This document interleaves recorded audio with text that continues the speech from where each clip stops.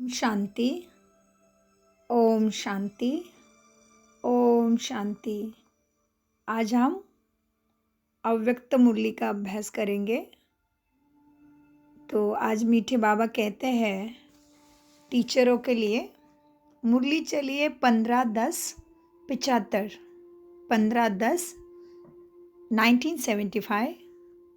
मुरली का सार है टीचर बनना अर्थात सौभाग्य की लॉटरी लेना। पांडव, शिव शक्ति सेना तथा टीचर्स प्रति अव्यक्त बाप दादा के अव्यक्त मधुर महावाक्य। आप हर कर्म करके दिखाने के निमित्त है। बाबा टीचरों को कहते हैं आप हर कर्म करके दिखाने के लिए निमित्त है। हर टीचर के पीछे देखकर चलने वाले, करने वाले, आगे बढ़ने वालों की कितनी बड़ी लाइन होती है। तो टीचर सही लाइन पर चलने की निमित्त हो गई। वो रुकती है तो सारी लाइन ही रुक जाती है। तुम्हारी लाइन की जिम्मेवारी है। ऐसे जिम्मेवारी समझकर चले तो हर कर्म कैसा करेंगे। वैसा भी कहा जाता है जिम्मेवारी बड़े ते बड़ा टीचर है। जिम्मेवारी भी क्या है? टीचर ही है। क्योंकि तुम्हें वो समझ देती है कि जिम्मेवारी ही हमें बुद्धि देती है ना कि मुझे क्या करना चाहिए। तो बाबा कहते वैसे भी कहा जाता है जिम्मेवारी भी बड़े ते बड़ा टीचर ही है। जैसे टीचर लाइव बनाते हैं ना, वैसे जिम्मेवारी भी लाइव बनाने की शिक्षा देती है। तो हर टीचर के ऊपर इतनी विशाल जिम्मेवारी है। ऐसे समझने से भी अपने ऊपर अटेंशन रहेगा। अब अटेंशन रहेगा तो बाप और सेवा के सिवाय और कुछ बुद्धि में रहेगा ही नहीं। जिम्मेवारी बड़प्पन लाती है। यदि जिम्मेवारी नहीं तो बचपना हो जाता है। जिम्मेवारी होने से अलबेलापन समाप्त हो जाता है। टीचर को हर संकल्प, हर कदम पीछे सोचना चाहिए कि मेरे पीछे कितनी जिम्मेवारी है।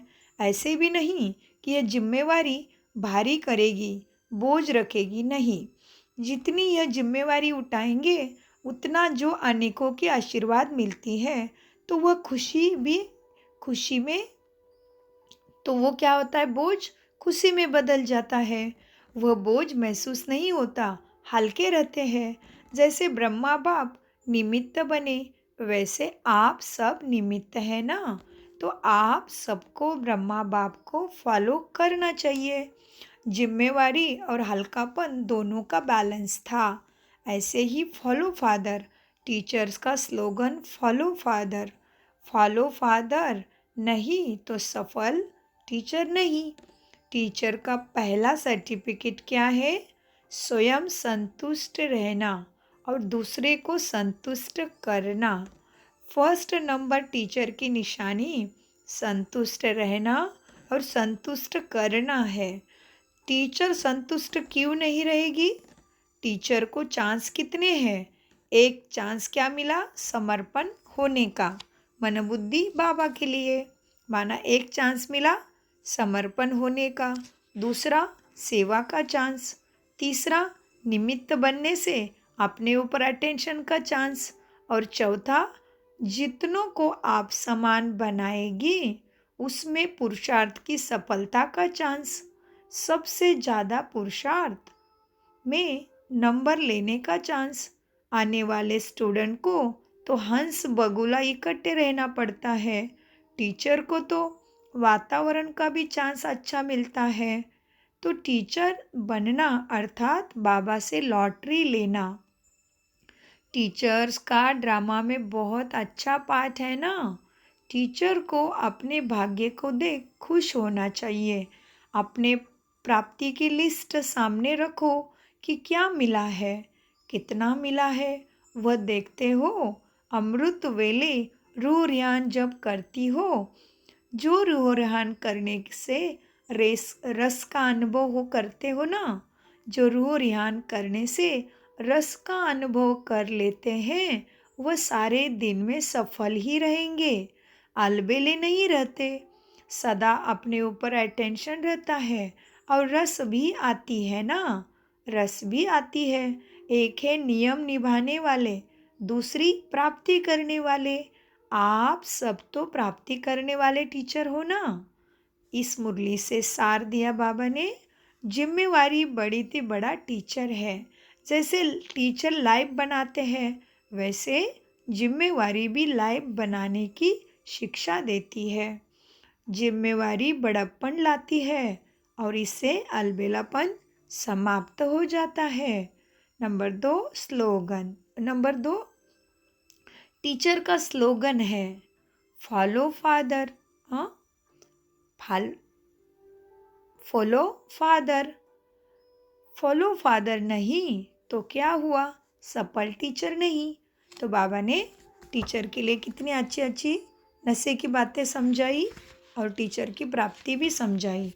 तो हमें तो बाबा के लिए हम हर एक को टीचर बनना है, माना सबको ज्ञान देना है, फिर सेवा भी करनी है।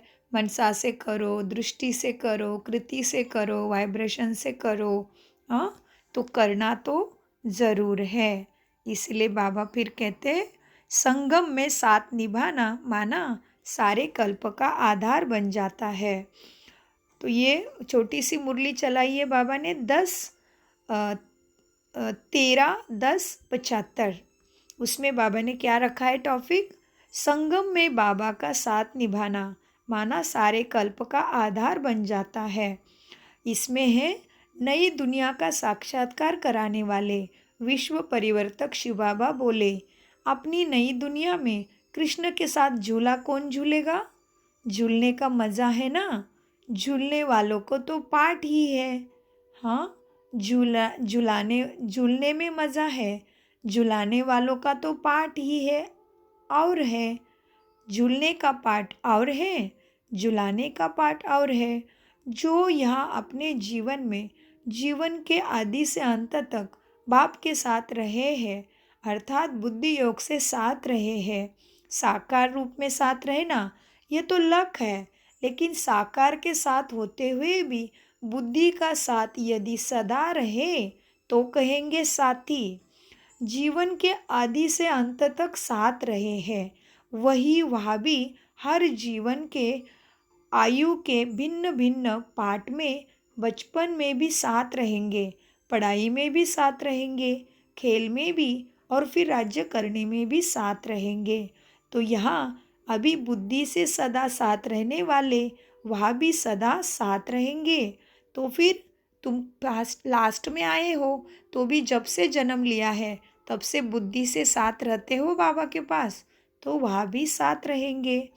जैसे उस फर्स्ट बाबा कहते जैसे उस फर्स्ट आत्मा को नशा और खुशी होगी ना, वैसे ही साथ रहने वाली आत्मा को भी वैसे ही नशा और खुशी होगी। जो अभी बाप समान बनते हैं उन्हों को वह भी समान समान नशा होगी। तो सर्व स्वरूप के साथ रहना यह भी विशेष पाठ है। बाल, युवा और वानप्रस्थ सब अवस्था में बाबा के साथ रहना माना स्वदर्शन चक्र घुमाना, इसका आधार यहाँ के जीवन के आदि मध्य अंत तक साथ निभाने का है। मज़ा तो इसमें है ना। जो फर्स्ट में साथ रहते हैं वह फिर 84 जन्म में ही भक्ति काल में अल्पकाल के राजे बनने में और कोई भी पाठ बजाने में कोई ना कोई साथ का संबंध कायम करते रहेंगे। भक्ति भी साथ साथ शुरू करेंगे, चढ़ेंगे भी साथ, फिर गिरेंगे भी साथ। तो अभी का साथ निभाने का आधार सारे कल्प के साथ का आधार बन जाता है। अच्छा, तो ये मुरली से सार है। जो यह संगम में बुद्धि योग से बाप के सदा साथ रहते हैं वही सारे कल्प में जीवन में भिन्न भिन्न पार्ट में भी साथ रहेंगे। जो अभी बाप समान बनते हैं उनकी भविष्य में भी फर्स्ट आत्मा के समान ही नशा और खुशी कायम रहेगी। ओम शांति शांति शांति। मीठे प्यारे अव्यक्त बाप दादा का अनगिनत पदम गुना शुक्रिया। धन्यवाद।